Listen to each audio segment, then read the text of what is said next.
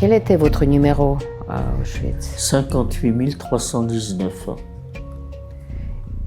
Et vous savez le dire en allemand, comme on vous a obligé? 58 319. Et il y avait même les chefs de bloc qui étaient polonaises, elles nous obligeaient de l'apprendre en polonais. Vous savez toujours le dire?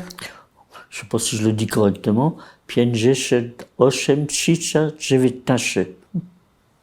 Ça s'oublie pas. Et vous voyez, j'ai de la mémoire. Hein. J'ai plus mes jambes, mais j'ai toujours ma tête.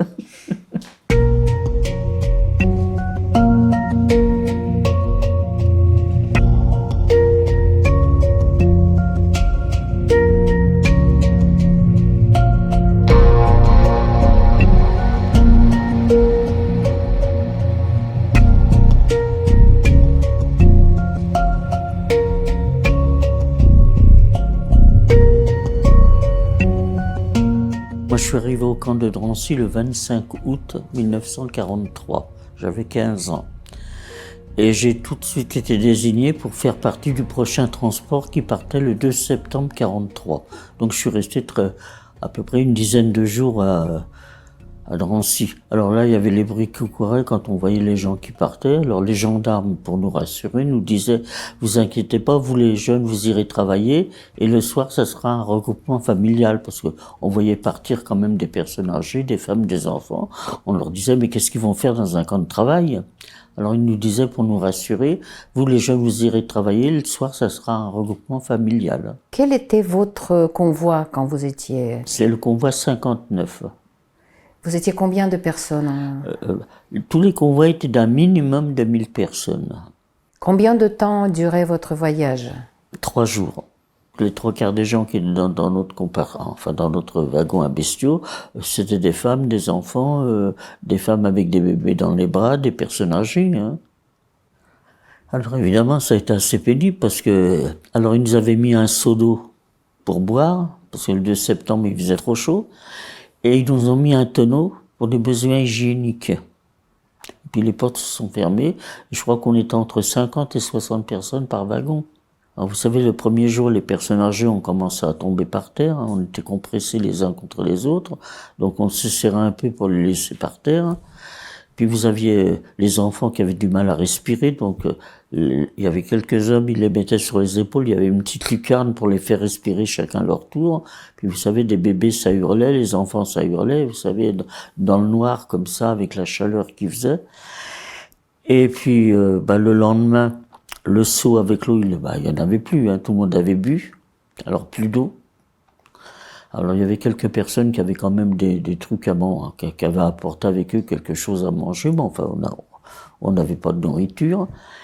Et puis la deuxième nuit, le tonneau avec les besoins hygiéniques, il y avait une dame qui avait quand même une couverture, elle l'avait cachée pour qu'on puisse faire nos besoins.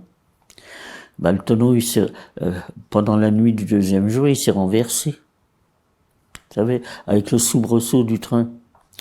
Et puis on est arrivé le 3e jour, vous pouvez vous imaginer dans quel état on est arrivé, et là les portes se sont ouvertes.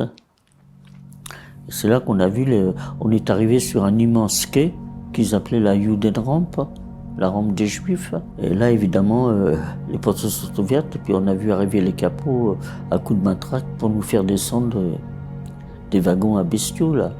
Alors, évidemment ça a été la véritable pagaille, parce qu'il n'y a pas de marchepied, les premières personnes ont réussi à sauter puis sont tombés. Enfin, les Allemands étaient bien organisés pour mettre tout le monde en place. Et puis là, on a vu arriver sur le quai un premier commando. Enfin, c'était des déportés avec leur pyjama rayé, mais tout maigre. Ils faisaient partie d'un commando spécial.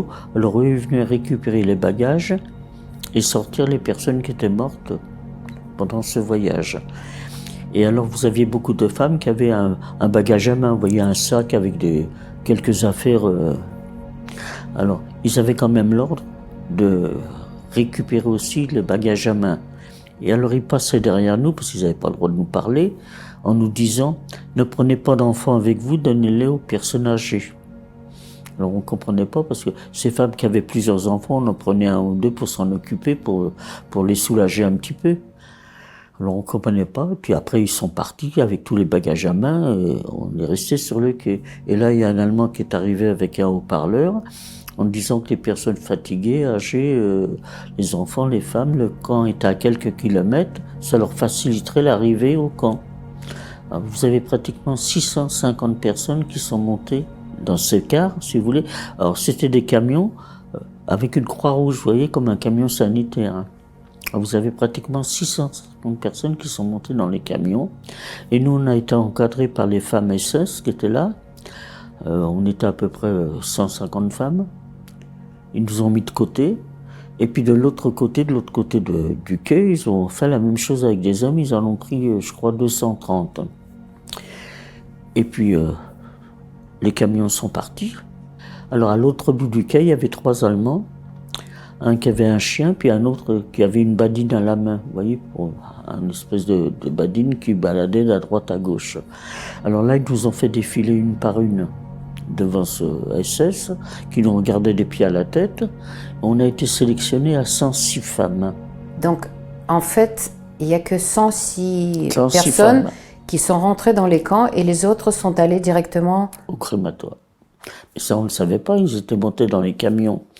Alors nous, quand on est arrivé devant la porte du camp, enfin devant l'entrée du camp, le grand portail s'est ouvert. Auschwitz fait à peu près 175 hectares, donc vous voyez la grandeur du camp, et l'allée centrale fait à peu près 10 kilomètres. La spécificité du camp de Birkenau, on n'avait pas le droit de marcher, il fallait courir. Il fallait toujours être en mouvement. Alors, on avait les capots derrière qui nous tapaient dessus pour qu'on court, et puis quand on a commencé... Quand les portes se sont ouvertes, on a vu une espèce de fumée noire qui sentait mauvais. Et à Drancy, j'avais fait la connaissance d'une jeune fille qui avait 6 ans de plus que moi. Elle avait 21 ans. Donc, elle était parmi les 106 femmes. Alors, elle me dit, mais qu'est-ce que c'est que ces fumées qu'on voit? On se posait des questions. Alors, je lui dis, on nous a parlé d'un camp de travail. Je lui dis, ça doit être des usines. C'était des usines, mais pas pour travailler. Alors on est arrivé en courant comme ça, de loin on apercevait des femmes qui avaient l'air de véritables squelettes ambulants. Vous voyez des chiens qui couraient après, enfin on se demandait où on était arrivé. Alors là, au bout de l'allée centrale, on nous a fait rentrer dans un bâtiment, et là on nous a dit de nous déshabiller, que nous allions prendre une douche. Alors évidemment, dans l'état de saleté où on était.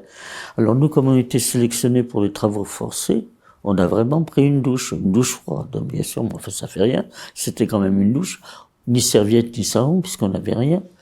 Et une fois que ça a été fait, on nous a remis dans un autre bâtiment qui était annexe, à côté, où il y avait des grandes tables, avec des hommes derrière, avec les pyjamas rayés, mais c'était des prisonniers politiques, c'était pas des juifs, mais enfin c'était... Il y avait beaucoup de Polonais, d'Ukrainiens, mais enfin qui n'étaient pas juifs. Alors ils ont commencé par nous raser entièrement et ils nous ont tatoué un numéro sur le bras en nous disant que maintenant nous n'avions plus d'identité et que dès l'instant où on était interpellé au camp, il fallait qu'on donne notre numéro. Donc, vous savez, quand vous ne parlez pas l'allemand, apprendre un numéro à 5 chiffres, c'est pas évident. Alors vous aviez les femmes allemandes qui passaient dans les rangs et qui interrogeaient une femme au hasard, comment tu t'appelles? Vous savez, quand vous arrivez d'un pays civilisé, vous donnez votre nom. Et ben, dès l'instant où elle donnait son nom, il fallait qu'elle donne le numéro, elles étaient matraquées immédiatement. Voilà, on apprend vite, hein.